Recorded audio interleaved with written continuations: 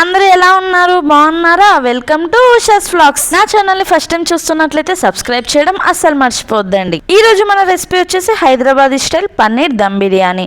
ఇది తినడానికి హైదరాబాద్ దాకా పోనవసరం లేదండి, మన ఇంట్లోనే టేస్టీగా చేసేసుకుందాం. ఇంటికి ఎవరైనా గెస్ట్లు వచ్చినప్పుడు ఇలా చేసి పెట్టండి, చాలా ఇష్టంగా తింటారు. ఇలా ఒక బౌల్ తీసుకొని అందులో పన్నీర్ క్యూబ్స్ అనేది వేసేయండి.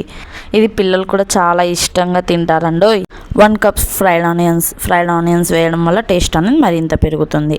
సన్నగా కట్ చేసుకున్న పుదీని, సన్నగా కట్ చేసుకున్న కొత్తిమీర హాఫ్ కప్ వేసేసి ఇప్పుడు మసాలాలోకి వచ్చేద్దాం. Half teaspoon jeera powder, half teaspoon dhaniya powder, half teaspoon chaat masala, half teaspoon biryani masala అనేది కొంచెం ఎక్కువ వేసుకోండి. ఇప్పుడు ఇందులోనే గరం మసాలా కూడా యాడ్ చేశాను. 2 రెమ్మల కరివేపాకు వేయండి. ఇలా ఫ్రెష్ కరివేపాకు వేయడం వల్ల టేస్ట్ అనేది బాగుంటుంది. మీడియం సైజ్ టమాటో ఒకటి తీసుకొని సన్నగా కట్ చేసుకొని అది కూడా వేసేయండి. 2 tablespoon oil, 1 tablespoon ghee వేయడం వల్ల స్మెల్ అనేది బాగుంటుంది. అలానే అసలైనది అల్లం వెల్లుల్లి పేస్ట్, సాల్ట్ వేసేసి బాగా కలుపుకోండి. బాగా చిలికినటువంటి పెరుగుని తీసుకొని 1 కప్ యాడ్ చేసేయండి. 2 టేబుల్ స్పూన్ కారం కూడా వేయండి. వేసి బాగా కలిపేసుకోండి. ఇలా 1 అవర్ పాటు పక్కన పెట్టి మ్యారినేట్ చేసుకొని ఫ్రిడ్జ్లో పెట్టుకుంటే ఇంకా బాగుంటుంది. పన్నీర్ పీసెస్ అనేది మసాలా అనేది అబ్జర్వ్ చేసుకుంటుంది. ఇప్పుడు స్టవ్ మీద బౌల్ పెట్టుకొని వాటర్ అనేది వేసి హోల్ బిర్యానీ మసాలా అనేది వేసేయండి.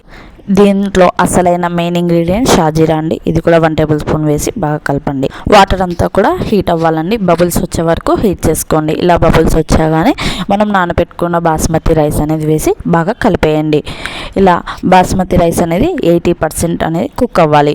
80% కుక్ అయ్యాక మనం ఇప్పుడు ప్రాసెస్లోకి చూసేద్దాం, మీకే అర్థమవుతుంది. ఇలా బౌల్ తీసుకొని 1 టేబుల్ స్పూన్ ఆయిల్ వేసుకొని హోల్ బిర్యానీ మసాలా వేసేయండి. అన్నీ లైట్గా వేసానండి, ఎందుకంటే ఇందాక ఆల్రెడీ వేసుకున్నాం కాబట్టి. సన్నగా కట్ చేసుకున్న ఆనియన్స్ వేసి అలా కలపండి. ఆనియన్స్ అనేది 80% కుక్ అవ్వాలి. ఇప్పుడు ఇందులోనే మనం కలిపి పెట్టుకున్న మసాలా అనేది వేసాను. మనకు రైస్ అయ్యేలోపు ఈ ఐటెం కూడా అయిపోతుంది. ఇలా బాగా కలుపుకొని అలానే మూత పెట్టేసి 5 మినిట్స్ దాకా కుక్ చేసుకోండి.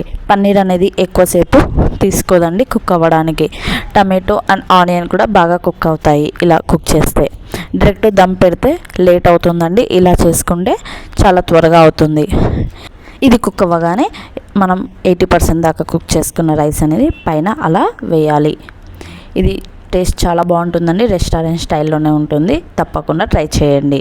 ఇలా మనం పైనుంచి వేసి అందులో మనం వేసుకున్న బిర్యానీ మసాలా అనేది తీసేసుకోవచ్చండి, ఆప్షన్.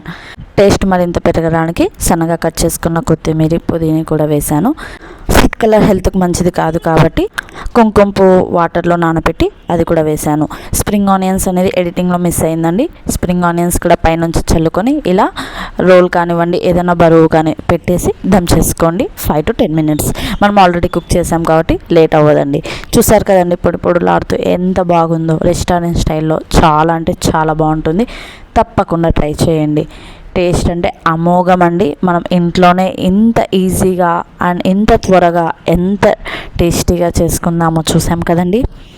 మీరు కూడా ఈ రెసిపీ తప్పకుండా ట్రై చేయండి.